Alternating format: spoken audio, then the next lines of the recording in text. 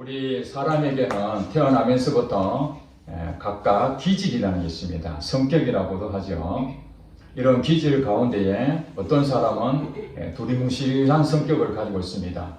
이래도 좋고 저래도 좋고, 또 어떤 사람은 성격이 아주 분명합니다. 주관이 뚜렷하고, 우리가 정치적인 성향을 봐서도 진보다 또 보수다 이런 극한적으로 이렇게 자기가 선호한 정당이 있는 반면에 이것도 저것도 아닌 중도를 선택하는 사람도 많이 있습니다. 하나님 믿는 신앙생활은 어떨까요? 하나님이 원하시고 이 신앙생활은 이쪽도 저쪽도 아니고 중도를 하는 그런 부분이 아니라 하나님 믿는 신앙생활은 반드시 분명해야 됩니다. 분명하지 아니하면은 문제가 생깁니다. 우리가 만약에 두리뭉실하게 신앙생활을 하게 되면은 이것도 아니고 저것도 아닌 미지근한 그런 신앙생활을 하게 되면은 어떤 일이 생기게 되는가? 여러분 아시다시피 초대교회는 로마에 굉장한 핍박이 있었습니다. 신앙에 자유함이 없습니다. 예수를 믿는다는 것은 목숨을 바꾸는 것입니다. 나의 모든 삶을 오직 하나님에게 맞춰져야 되기 때문에 중간이 없습니다. 양다리 걸칠 상황이 안 되는 것입니다. 예수님도 믿고 세상도 즐기고 이게 안 되는 것입니다. 만약에 그런 일이 생기게 되면 이 핍박 가운데에 살아남을 수가 없죠. 돈도 좋아하고 명예도 좋아하고 권력도 좋아하고 또 예수님도 좋아한다. 이게 같이 양존할 수가 없는 것입니다. 하나님과 재물을 겸하여 섬길 수 없는 것처럼 이 세상의 것들과 이 하나님의 것들은 이게 같이 가질 수가 없는 것입니다. 둘 중에 하나를 선택해야 되는 것입니다. 그래서 초대교회의 성도들은 중간을 가지 아니하고 나의 모든 것을 목숨을 바쳐 주님께 바치든지 아니면 주님을 배신하고 세상을 가든지 당시에 핍박 가운데 많은 사람이 배신을 하게 됩니다. 배도한다고 그러죠. 배도하는 사람들의 특징이 무엇이냐면 분명하지 않는 것입니다. 태도가 어정쩡한 것입니다. 하나님을 믿는다고 공동체에 소속은 되어 있는데 세상에 대한 미련도 있는 것입니다. 출세도 하고 싶은 것입니다. 더 많이 가지고 싶은 것입니다. 그러다 보니까 이 어렵고 힘들고 환난이 오게 되면 계산하게 되죠. 내가 예수님을 믿는 것이 더 축복을 받는 것인가? 아니면 세상으로 가는 것이 내가 더 잘 사는 길인가? 하는 그 두 갈래 길에서 결국에는 하나님을 버릴 수밖에 없다는 것입니다. 그래서 신앙생활은 분명해야 된다는 것입니다. 오늘 요한계시록의 2장부터 3장까지 7교회에 대한 얘기가 나옵니다. 7교회. 당시에 초대교회에 대표적으로 7교회라고 이렇게 명칭을 해놨습니다. 물론 실존한 교회였지만은 그때의 교회는 굉장히 많이 있었습니다. 그럼에도 7교회에 대한 부분을 상징적으로 그 당시의 교회의 상황이 교회마다 다 다릅니다. 여러분 시간 되시면 요한계시록 2장 3장을 7교회에 대해서 한번 읽어보시면 아시겠지만은 7교회 중에서 2교회는 칭찬을 받았고 나머지 7교회는 칭찬도 받기도 하지만은 책망도 받은 교회였습니다. 교회는 완벽하지 않습니다. 성도도 완전하지 않습니다. 다 부족함이 있습니다. 그러나 이런 교회도 그렇고 성도도 그렇고 불완전하지만은 그렇게 사는 것은 아닙니다. 우리가 연약하고 약한 존재이기 때문에 그렇게 늘 넘어지고 죄를 짓고 하나님과 관계없이 그렇게 살아갈 수 있는가? 아니라는 거예요. 그럼에도 불구하고 오직 하나님을 믿음으로 사는 사람은 이기는 기쁨이 있다는 것입니다. 그래서 예수님께서는 사도 요한에게 하나님의 되어질 것을 보여주시고 7교회에 편지를 쓰라고 합니다. 그 편지의 저자는 예수님이십니다. 사도 요한이 7교회에다 편지를 보내지만은 그 편지를 읽을 때에 예수님이 우리 교회에 보내셨구나. 이렇게 이제 느끼게 되는 것이죠. 이제 오늘 본문 여러분 읽었던 라오디게아 교회는 7교회 중에서 마지막 교회에 대해서 편지한 내용입니다. 이 라오디게아 교회는 참 잘 사는 곳이었습니다. 성도들도 여유가 있고 그러다 보니까 물질적인 어려움이 없어서 그런지 그들은 이 교회를 다니면서도 굉장히 만족해 했던 것 같습니다. 그러나 실상은 그렇지 않다는 거예요. 오늘 본문에 보니까 15절에 볼게요. 내가 네 행위를 아노니 네 행위를 안다. 예수님께서 라오디게아 교회의 성도들의 그 열매들을 다 보고 계신다는 것입니다. 여러분들 오늘 이 말씀이 라오디게아 교회에게 지금 향하고 있지만은 오늘 예배 가운데 있는 여러분에게도 똑같이 지금 예수님이 너희들의 행위를 내가 알고 있다. 지금까지 어떻게 살아왔는지 너희들 스스로는 평가할지 모르지만은 하나님이 보실 때에 거기에 대한 분명하게 말씀하시는 거예요. 내가 네 행위를 아노니 네가 차지도 아니하고 뜨겁지도 아니하도다. 네가 차든지 뜨겁든지 하기를 원하노라. 지금 라오디게아 성도들의 실제적인 모습은 차지도 않고 뜨겁지도 않다. 이런 상태는 거죠. 즉 말해서 미지근한 상태죠. 썩혀 있는 겁니다. 썩혀 있어요. 당시에 이 라오디게아 지역은 그 위쪽에 라오디게아 지역의 바로 위쪽은 히에라볼리라는 그 지역이 있는데 구미를 기준으로 한다면 대한 김천 정도로 보시면 될 것 같습니다. 위쪽에 히에라볼리라는 지역이 있는데 그곳이 아주 유명한 온천입니다. 온천 관광지로 굉장히 유명한 데였습니다.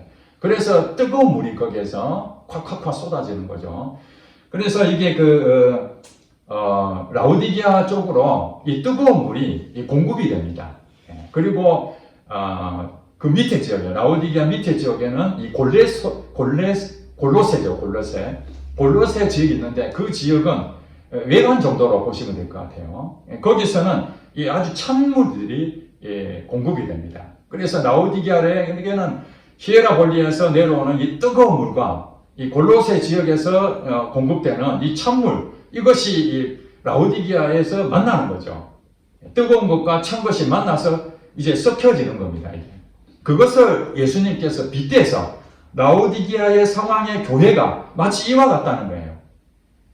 뜨거운 물이 공급이 되든지 아니면 골로새로부터 차가운 물이 공급되든지 이렇게 분명하게 공급이 되어야 되는데 이 섞이다 보니까 미지근한 물이 된다는 것입니다. 물론 미지근한 것이 우리에게 굉장히 유익하죠. 뜨겁게 되면은 우리가 그것을 굉장히 바로 물을 대기 어렵잖아요. 찬 것도 마찬가지고 우리가 미지근하게 되면은 우리 몸에 딱 적당한 온도를 유지할 수 있으니까 굉장히 유익할 수 있습니다. 그러나 신앙생활은 그렇게 하면 안 된다는 것입니다. 뜨겁든지 차든지 둘 중에 하나를 해라고 이렇게 말씀하시는데 실질적으로 뜨겁고 차갑고 이 부분은 같은 의미로 볼 수 있지만 또 영적인 의미로 봤을 때 이 뜨겁다는 것은 마음에 열정이 있다 이렇게 볼 수 있는 것이죠. 이 뜨거운 성령의 불 예를 들면 그런 의미가 되고 이 찹다는 것은 냉랭하다 뭔가 식어있는 이제 그런 의미로 해석할 수 있습니다. 영적인 의미로 말씀드리면 이 뜨겁다는 것은 하나님 앞에 집중해서 하나님 말씀이면 아멘하고 나가는 이제 그런 영적 상태, 이것이 뜨거운 상태고 이 차가운 상태는 아예 하나님에 대한 부분들로 교회는 다니지도 않고 죄를 막 짓고 세상이 좋아서 세상을 사랑해서 그리로 가는 사람들, 이 차운 곳에 간 것이랑 마찬가지죠. 그런 상태가 되는 것이 더 낫다는 거예요. 이 미지근한 것보다. 여러분 교회를 안 다닌 사람들은 나중에 하나님을 이렇게 복음을 들을 때에 처음에는 완강하게 그것을 믿어지지 않기 때문에 거부하지만은 정말 진리구나 라는 것을 받아들이게 될 때에 그들이 제일 먼저 하는 것이 무엇입니까? 내가 죄인이구나. 내가 세상에 그것을 나의 전부인 줄 알고 하나님이 최고인데 하나님 없이 내가 살았구나 하는 그 마음이 깊이 인식할 수 있거든요. 내가 죄인이라는 것을 분명하게 깨달을 수 있는 것은 이렇게 방탕한 생활을 하는 사람들은 그걸 깨달을 수가 있습니다. 교회도 안 다니고 오히려 교회를 핍박하고 그런 사람들이 하나님 만나게 되면 인생이 완전히 바뀌어버립니다. 왜냐하면 자기 자신이 얼마나 죄인이라는 것을 실제로 그렇게 살아왔으니까. 그런데 문제는 뭐냐면은 이렇게 미지근한 교회는 다닙니다. 교회는 다니는데 정말 신앙생활을 하나님이 올인하지 않고 최선을 다해서 하지 않냐고 세상에도 기웃거리고 교회도 좀 왔다 갔다 하고 그래서 어떤 사람 여러분 그런 얘기 들었습니까? 어떤 성도는 그렇게 얘기합니까? 당신도 교회 다닌다면서요. 그렇게 얘기하니까 아, 예, 제가 뭐 교회는 다닙니다만 교회 직분도 받았습니다. 집사라고 하는데 집사가 아니라 전 잡사입니다. 이렇게 소개한 사람 여러분 들어보셨습니까? 본인이 뭐라고 얘기합니까? 교회는 등록해서 다니고는 있는데 다른 사람에 비해서 열심히 내지 못하고 있다. 나는 여전히 아직 세상에 지금 발을 붙이고 있고 교회도 지금 양다리 걸치고 있다. 이것을 그렇게 표현하는 거죠. 나는 집사도 아니고 잡사다. 이 미지근하고 뜨겁지도 않고 차지도 않는 이 상황이 예수님 보실 때에 역겹다는 거예요. 16절에 보니까 네가 이같이 미지근하여 뜨겁지도 아니하고 차지도 아니하니 내 입에서 너를 토하여 버리리라. 우리가 이렇게 신앙생활을 하면 안 되는 것입니다. 이왕 믿으려면 하나님이 살아계신다면 내 인생 전부를 하나님이 살아계시는 데에 그 목표를 삼아야 되는 것이죠. 그렇지 않고 교회는 다니는데 세상의 모든 염려들을 다 하고 세상의 방법들로 인간의 방법대로 다 하고 교회 와서는 예배드리고 집에 가서는 싸우고 일터에 가서 서로 수다하고 욕하고 뒤에서 남의 흉이나 보고 이런 일들이 교회와 가정과 일터와 이 부분이 왜 우리가 달라지게 생활합니까? 하나님은 교회만 있는 것입니까? 아니지 않습니까? 가정에도 있고 일터에도 있고 우리 어느 곳에든지 하나님은 존재하시잖아요. 그럼 하나님의 인도하심을 가정에서도 인도하심을 받아야 되고 일터에서도 하나님 인도하심 받아야 되고 이 교회에서도 하나님 인도하심 받는 그 모든 것들이 동일해야 되는 것입니다. 어느 한쪽으로 치우치면 안 돼요. 어떤 사람은 열심히 내라니까 가정도 팽개치고 회사에도 제대로 하지 아니하고 오직 교회만 회사에 어떻게 됐든 그냥 교회 와서 열심히 봉사하는 사람이 있습니다. 그 균형이 깨뜨려진 겁니다. 그건 열심이 아니에요. 만약에 교회에서는 그 사람은 열심히 낸다 하지만 가정이나 일터에서는 그 사람 뭐라고 합니까? 열심히 낸다고 하겠습니까? 미지근한 거죠. 가정을 잘 도살펴야 되죠. 직장일도 잘해야 되죠. 그것이 뜨겁게 하는 것입니다. 예수님께서 역겹다는 거예요. 신앙생활 그렇게 하면 안 되는 것이죠.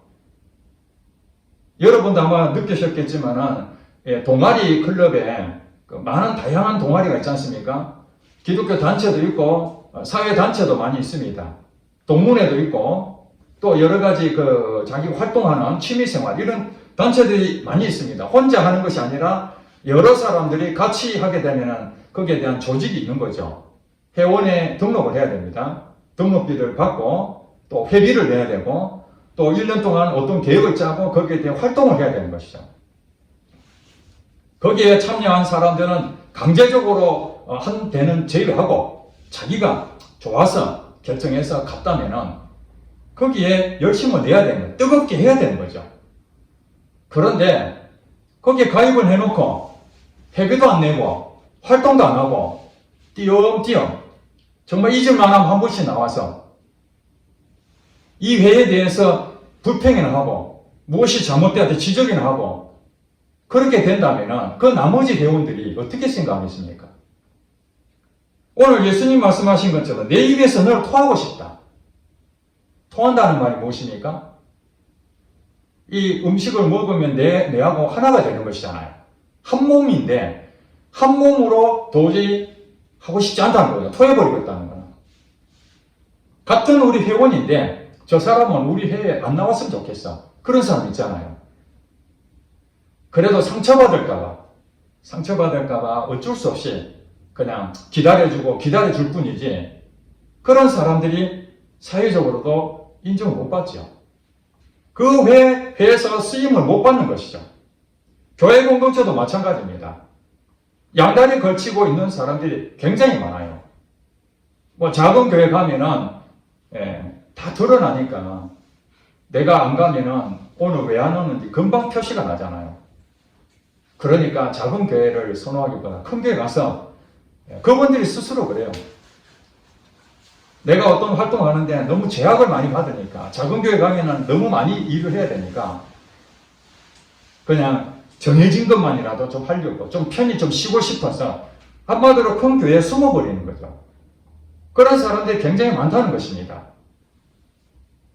지금 당장에는 편할 수가 있습니다. 미지근한 신앙생활이 눈에 띄지도 않고 이래도 좋고 저래도 좋고 두리뭉실하게 다 넘어가니까 크게 자국이 안 나지만 사람의 눈으로 봐도 저렇게 신앙생활 하면 안 되는데 그런 마음이 드는데 오죽 예수님은 그런 마음이 안 들겠습니까? 역겹다는 거예요. 토하여버리고 싶다는 거예요. 저와 우리 성도 여러분들은 정말 하나님을 믿는다면 여러분 인생 전부를 하나님의 중심으로 최우선으로 그리 가야 됩니다. 그렇지 않는다면 하나님이 쓰지 않는다는 거예요. 오늘 설교 제목이 귀히 쓰임받는 사람이 아닙니까? 미지근한 사람은 하나님이 쓰임받지 못합니다. 사회에서도 활동도 제대로 안 하고 자기 회장할 때는 그때 나타나서 돈 좀 써가면서 먹을 거 사주고 회장만 하고 회장 끝나면 다시 또 눈에 보이지 않는 사람도 있습니다. 두고 그 사람 욕합니다. 본인은 그 소리를 못 들을지 모르지만 그 회원들이 다 욕합니다. 자기는 회장을 했다라는 어떤 한 인정을 받았다고 그렇게 생각할지 모르지만 그런 사람은 그 회에 쓰임받지 못합니다. 서로 안 하려고 그러는데도 당신은 꼭 해주시면 좋겠습니다.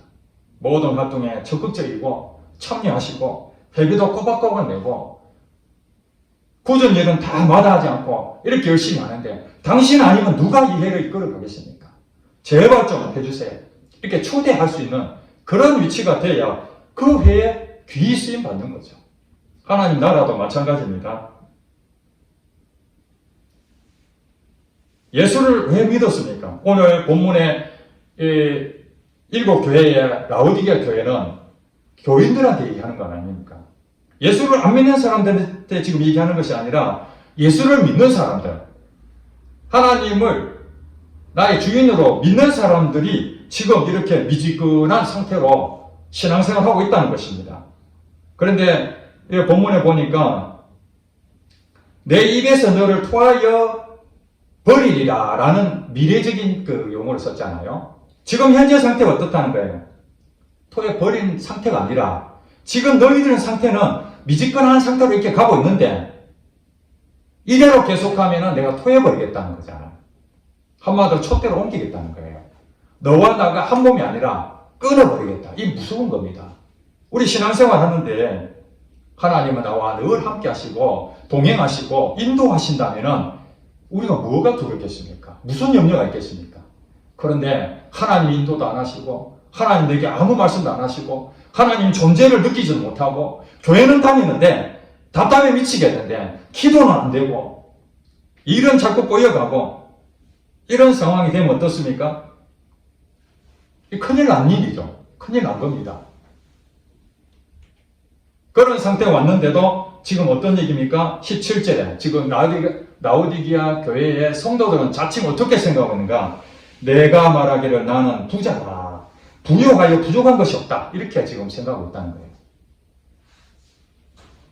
지금 미지근하여 지금 내가 너를 토해버리겠다라고 지금 예수님은 생각하고 있는데 정작 그 성도들은 어떤 생각이냐? 나는 부자다. 부유해서 부족함이 없다. 아쉬울 게 없다는 거예요. 한마디로 예수님 생각과 내 생각이 완전히 다른 거죠. 큰 교회 가서 숨어가지고 그래도 내가 필요한 거 하나씩 하고 내 헌금도 하고 예배도 출석하고 몇 가지 잘 지킨 거 가지고 하나님 그래도 내가 교회 안 다니는 사람들 얼마나 많은데 나쁜 짓 한 사람 얼마나 많은데 감옥 간 사람도 많은데 나는 세상에 감옥 갈 일은 한 적 없어. 감옥 갈 일 정도는 아니고, 물론 때로는 거짓말 조금 했지만 내만 죄를 짓나? 내보다 더한 사람이 훨씬 많아. 교회 다닌다 하면서 신천지에 빠진 사람이 수십만 명인데 나는 신천지도 가지 않잖아. 정통교단이라는 곳에 나는 거룩하게 이렇게 신앙생활 하시니까 아무 문제가 없어. 우리 자식들도 잘 되고 있고 돈도 남편이 잘 벌어다 주고 어려움이 없다, 아쉬움이 없다는 거예요.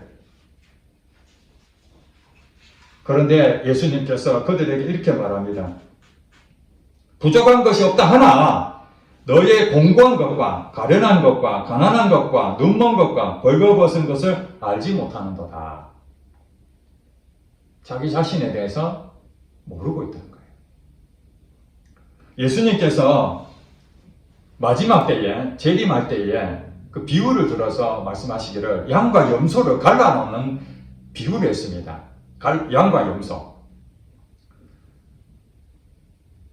오른편에 선 사람은 양이고 왼편에 선 사람은 염소다. 같은 교회 다니는데 양과 염소로 싹 갈라진다는 거예요. 그런데 이 양인 사람들은 어려운 사람들을 보면 예수님 마음으로 이렇게 도왔어요. 그런데 예수님께서 잘했다고 칭찬하십니다. 예수님과 함께 영원한 나라에 임한다고 그렇게 약속도 해주십니다. 그들이 그렇게 얘기합니다. 내가 예수님한테 직접 한 적은 없는데요. 아니야, 너가 내 이름으로 작은 사람들한테 이 어려운 사람들을 돌봐준 것이 바로 내한테 한 것이야. 이 칭찬받았죠. 근데 염소에 속했던 사람들은 나는 너를 도무지 모르겠다. 예수님께서 그들에게 도무지 모르겠다는 거예요.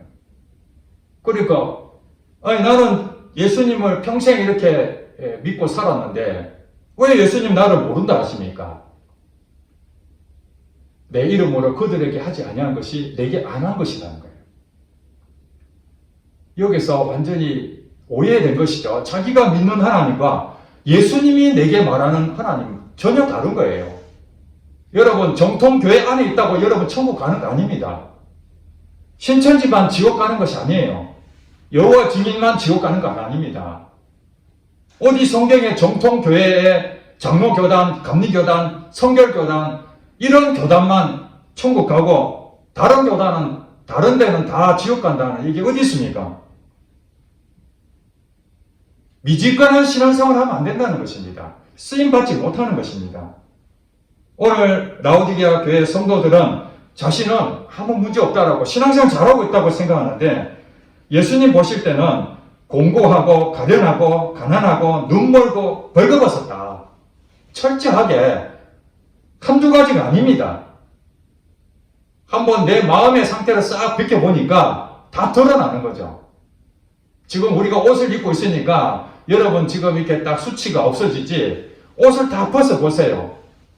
몸을 깨끗하게 씻은 사람들은 자신있게 옷을 벗을 수 있지만 1년 동안 목욕 안 한 사람들 그런 사람들은 옷을 벗으라면 부끄럽지 않겠습니까?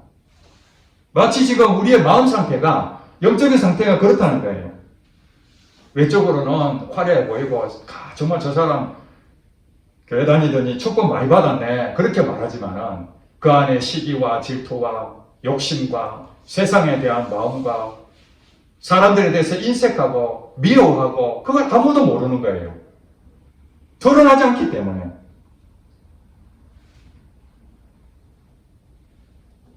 다 가졌다 하지만 그 사람은 가난한 사람이다. 옷을 입었다고 하지만 그 사람은 벌거벗은 사람이다. 우리 신앙생활 그렇게 하면 안 되잖아요. 교회를 다닌다 하는데 예수님의 그 마음으로 사람들을 섬기지 못하면 하나님은 사랑이신데 사랑의 표현이 안 나타나니까 예수님이라는 옷을 입었지만 벌거벗은 채로 살고 있는 거죠. 예수 안 믿는 세상 사람들은 예수를 믿었다면 우리를 통해서 예수님 보여줘야 되잖아요. 그것이 우리를 가려지는 예수님을 나타나는 거니까. 근데 그 예수를 믿었다는데 예수님 어디 가버리고 내가 더욱 나타나는데 자기 의를 드러내고 자기 자랑하고 교만하고 사람들을 무시하고 정죄하고 비판하고 그런 그리스도인들이 얼마나 많습니까? 이런 사람들이 자기 자신은 부유하다고 자랑할지 모르지만 내가 교회 장로다 하고 그렇게 큰 소리 칠지 모르지만 내가 목사다 하고 사람들한테 그렇게 말할지 모르지만 실제로 그걸 다 벗겨보면 정말 불쌍한 사람이다. 아무것도 없다. 너는 하나님 앞에 상급도 없다. 너는 하나님 앞에 아무것도 쓰임받을 수가 없어. 그래서 예수님께서 이제 그들에게 이런 말씀합니다. 너 자신을 이제 발견해야 된다. 너 자신이 어떤 상태인지. 나는 모든 것을 가져서 신앙에서 잘한다고 그렇게 생각하는 거 그거 다 문제다는 거예요. 이제 다시 시작. 다시. 그거 가짜는 가짜. 진짜가 무엇인지 가르쳐 줍니다. 18절에 내가 너를 고난하노니 내게서 불로 연단한 금을 사서 부요하게 하라. 그러니까 돈 잘 벌고 외적인 것을 많이 얻어야 이 하나님과 축복받았다 그렇게 생각하는 거 다 그건 배설물로 얘기하라는 거예요. 그러면 진짜 부요해지는 게 무엇인가? 내게서 예수님을 통해서 불로 연단한 금을 사서 이 금은 굉장히 소중한 것이잖아요. 귀한 것이잖아요. 금. 금덩어리 발견하면 돈방석이 안 나는 건 똑같습니다. 이 금을 사는 것 자체가 이 부유의 상징인데 어떤 금입니까? 불로 연단한 금. 정금이죠. 정금. 불순물이 낀 금은 가치가 없습니다. 가치가 없는 걸 잔뜩 가지고 있어봐야 그건 아무것도 아닌 것이죠. 쓰레기를 여러분 집에 다 가지고 있으면 뭐합니까? 부피는 굉장히 크지만은 가치가 하나도 없는 거예요.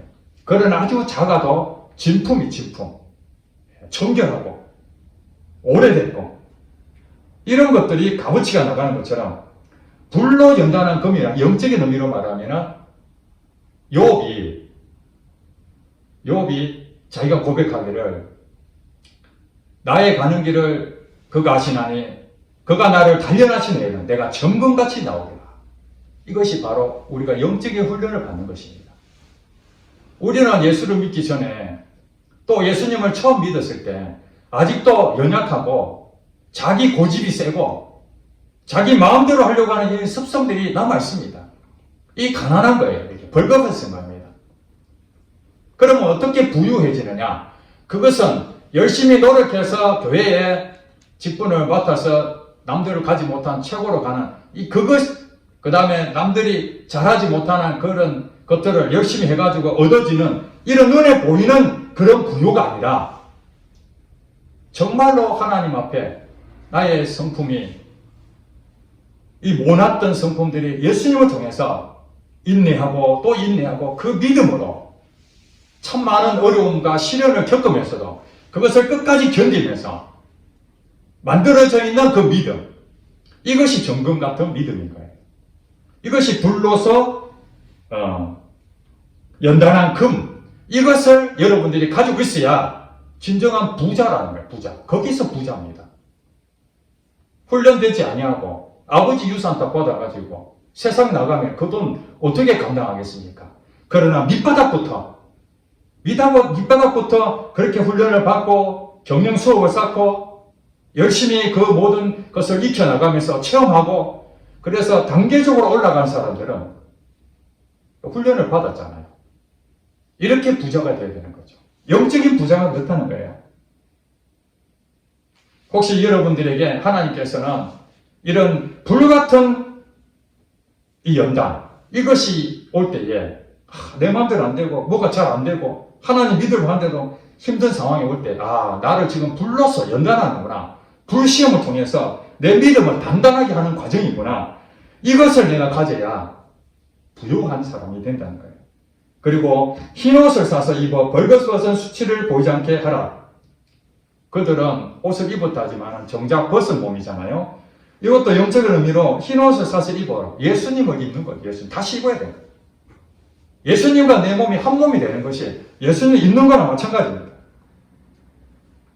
그전에는 입었다 하지만 자기 의로 입었겠죠. 예수님 믿는다 하지만 예수님 옷이 어디 있는지 신경도 안 쓰고 예수님 의식하지 아니하고 여러분 옷을 입을 때마다 그 옷을 늘 외출할 때마다 입잖아요. 늘 입잖아요. 그래요. 예수님을 늘 이렇게 입는 것입니다. 예수님과 늘 동행하고 이런 부분들이 이 벌거벗은 것을 다 가려지는 거예요. 그리고 여러분들이 어디서 사람들 만날 때마다 예수님을 늘 의식하면서 그들을 만나는 것이죠. 이것이 옷을 입는 것입니다. 그래야 그들이 예수님이 당신 보니까 예수님의 모습이 나타나네. 예수님의 향기가 나타나네. 예수님 마음이 느껴지네. 이거 되는 것이죠. 내 옷은 더러워지는. 그 다음에 안약을 사서 눈에 발라보게 하라. 당시에 라오디게아의 지역에는 안약이 굉장히 유명했다고 합니다. 근데 그들은 실상은 본다고 하지만은 눈만 자라고 그랬잖아요. 눈만 자. 영적인 눈이 가려져 있어요. 분별이 없는 것입니다. 내가 지금 이렇게 가는 것이 맞는지, 이리 가는 것이 맞는지 분별이 안 되는 거예요.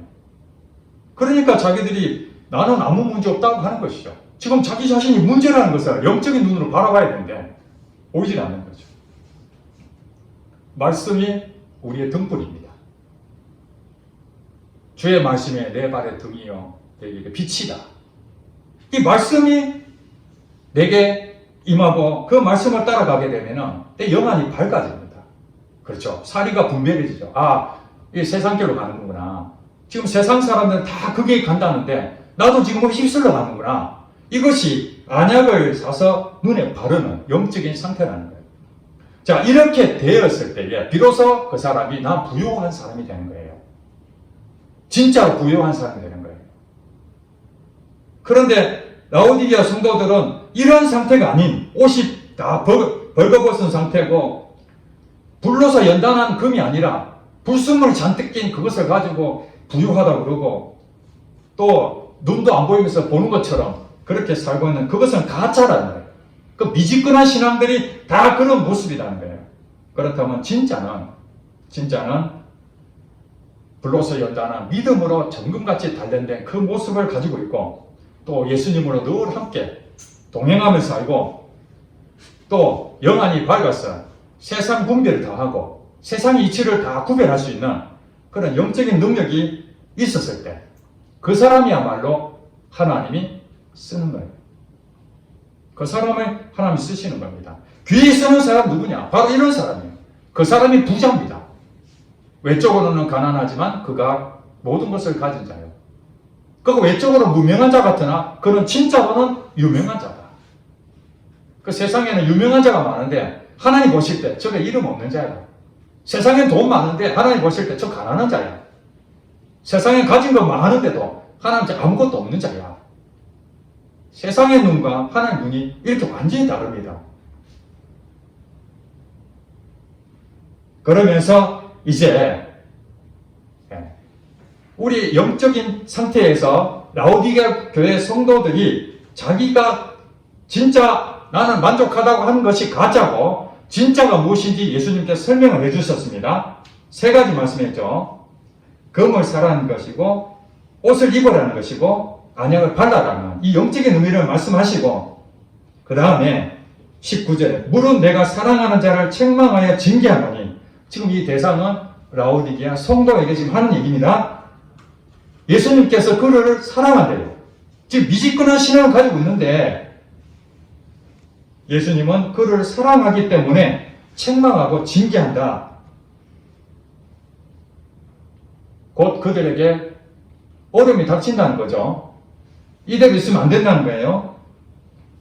그러면서 이렇게 말합니다. 그러므로 열심을 내라 회개하라 이렇게 말합니다. 열심을 내라 회개하라. 그러면 그 사람들은 어떻게 했다는 그동안 반대로 했다는 거죠. 열심을 하지 않고 회개도 안 했다는 거죠. 회개를 왜 합니까? 내 자신이 문제가 많다는 거 알 때 회개가 일어나는 거지. 나는 괜찮아. 아무 문제 없어. 절대 회개가 안 됩니다. 회개하려고 기도해 보세요. 회개할 것이 없어요. 자기 자신 잘못한 게 특별히 없는데 왜 교회에서 자꾸 회개하라고 하나? 나 예전에 회개 다 했는데. 그런데 여러분이 생각하는 것들을 가지고 회개했지만은 숨겨진 죄를 여러분 다 아십니까? 다 모릅니다. 여러분들이 요 정도는 다 회개했다고 생각하는데 감춰진 게 있어요.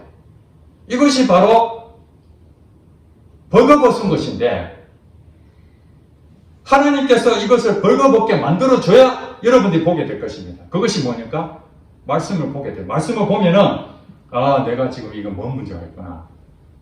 내가 정말 미지근한 신앙생활이나 열심히 내지 못했구나. 다시 회복하라는 거예요. 열심을 내라는 것은. 여러분, 예수님 만났을 때 어떻게 됐습니까? 어떤 이유든 간에 예수님이 좋아졌고, 정말 내 이제는 예수님을 위해 살아야 되겠다. 이게 정상 아닙니까? 예수님을 안 믿었을 때는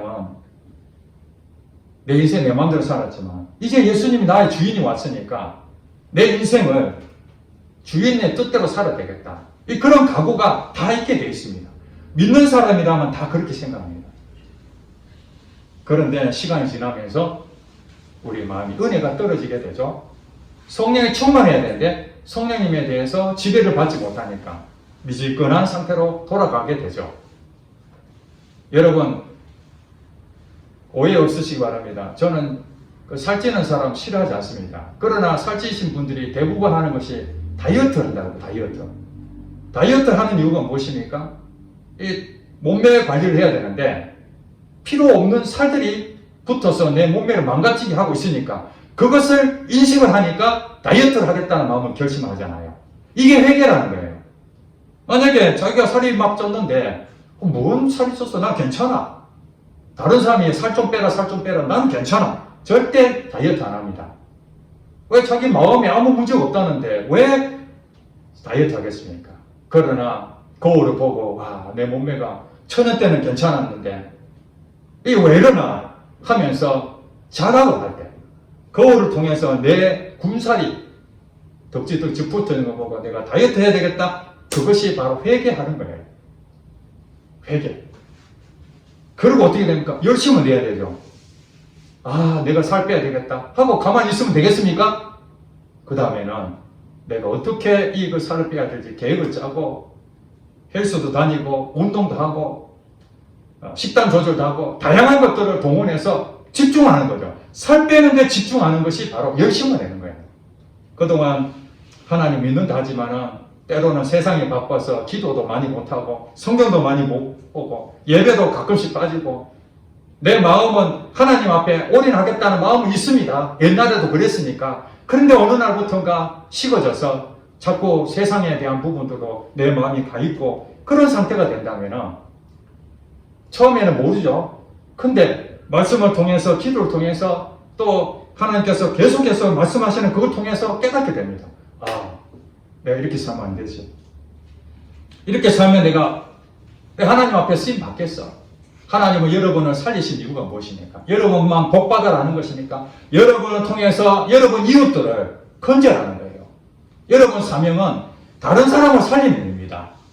다른 사람을 살리려면 먼저 내가 살아야 되잖아요. 그래서 여러분 구원해 준 거예요. 구원으로 끝나는 것이 아닙니다. 여러분이 살면은 이제 다른 사람을 살리는 일에 쓰임 받는데 그 사람이 바로 사명자라고요. 사명자. 다른 사람을 살리는 데까지 가야 되는 것입니다. 그러려면은 무엇 해야 됩니까? 열심을 내고 회개해야 됩니다. 지금 여러분 영적 상태가 미지근한 상태인데 어떻게 쓰임 받겠습니까? 하나님이 쓰임 받을 도구로 바뀌어져야 됩니다. 그것이 바로 18절에 내게서 불로 연단한 금을 사서 부유하게 하고 흰옷을 사서 입어 벌거벗은 수치를 보이지 않게 하고 안약을 사 눈에 발라 보이게 하는 이 상태로 여러분이 만들어져야 비로소 하나님께서 여러분들을 일터에서 선교사로, 가정의 선교사로, 교회의 일꾼으로 이 지역사회에 하나님의 쓰이는 그런 귀한 자가 된다는 거예요. 자, 이제 하나님께서 여러분들이 말씀했습니다. 미지근한 대로 살지 마라. 옛날에는 성령에 충만했을지 모르죠. 은혜가 떨어지면 기도도 안 하고 말씀도 등한히 하고 예배도 소홀히 하고 예배 드리는데 그 한 시간이 도대체 그냥 감동도 없고 지난주 설교가 무엇인지 아무 생각도 안 나고 이렇게 반복해서 살아가고 있는데도 아무 문제 없다고 생각하면 큰일 나는 겁니다. 이 얘기를 예수님 말씀하실 때 20절에 볼지어다 내가 문 밖에 서서 두드리노니 누구든지 내 음성을 듣고 문을 열면 내가 그에게로 들어가 그와 더불어 먹고 그는 나와 더불어 먹으리라. 이 말씀이 무엇입니까? 그럼 예수님께서 여러분에게 내가 열심을 내라, 회개하라 이렇게 예수님께서 문 밖에서 여러분 마음의 문을 똑똑 두드렸습니다. 말씀을 주셨습니다. 그러면 그 음성을 듣고 여러분이 마음의 문을 열어야 됩니다. 하나님이 말씀하시면 여러분 마음의 문을 열고 그렇다. 내가 지금 살이 너무 쪄서 이 살을 빼야 되겠구나. 이렇게 마음의 문을 열어야 되는데 한 귀로 더 걸려버리면 그건 아무것도 없는 겁니다. 그러나 여러분들이 그 말씀을 듣고 그렇다. 내가 이렇게 살면 안 된다. 이제 내가 성령의 충만, 은혜 충만한 모습으로 내가 하나님께 귀히 쓰임받는 사람이 되어야 되는데 내가 아무리 마음만 있어도 실제로는 그게 일어나지 않는데 자 좋다. 하나님께서 말씀하신 대로 오늘부터 내게 회개하고 열심을 내는 시작을 해야 되겠다. 그렇게 되면은 예수님께서 내가 그에게로 들어가 그와 더불어 먹고 그는 나와 더불어 먹으리라. 한 몸으로 이루어진다는 거예요. 내가 하는 것이 아니라 예수님께서 우리와 함께해서 예수님의 여러분 삶을 이끌어 가십니다. 의의 길로 인도하십니다. 바른 길로 인도하십니다. 어려운 가운데서 여러분들을 보호하시고 지켜주시고 들어서 하나님의 역사하심을 경험하게 될 것입니다. 그렇게 해서 결국에 예수님과 함께 21절에 이기는 그에게는 내가 내 보좌에 함께 하여 주기를 내가 이기고 아버지 보좌에 함께 앉는 것과 같이 보상을 하시겠다는 거예요. 예수님이 지금 하나님 우편에 앉아 계시는데 우리도 예수님과 함께 그 자리를 차지한다는 겁니다. 누가요? 귀 쓰인 사람들. 미지근한 신앙생활 아니라 열심을 내고 하나님 말씀을 듣고 순종하며 살아가는 그 행위가 바로 하나님의 상급이 되고 여러분에게 보상이 된다는 것입니다. 이게 얼마나 놀라운 일입니까? 여러분 이렇게 왔다 갔다 교회 다니는 것이 중요한 게 아닙니다. 목표가 없습니다. 그냥 뻔합니다. 일주일 내내 반복된 그 생활 속에서 도대체 신앙생활 10년, 20년 해봐야 똑같은 건데 듣는 소리가 똑같은 얘기인데 달라질 거 아무것도 없어요. 지금 여러분 영적 상태가 은혜가 떨어져 있고 성령이 지금 지배를 못 받고 있는 영적 상태라는 거예요. 이런 상태인데도 여러분 가만히 있으시겠습니까? 오늘 여러분에게 칼을 가져와서 예수님을 믿을 것이냐 아니면 예수님 부인할 것이냐 여러분 목에 칼을 딱 조른다면 여러분들 자신 있습니까? 예수님 대신 안 할 자신 있습니까?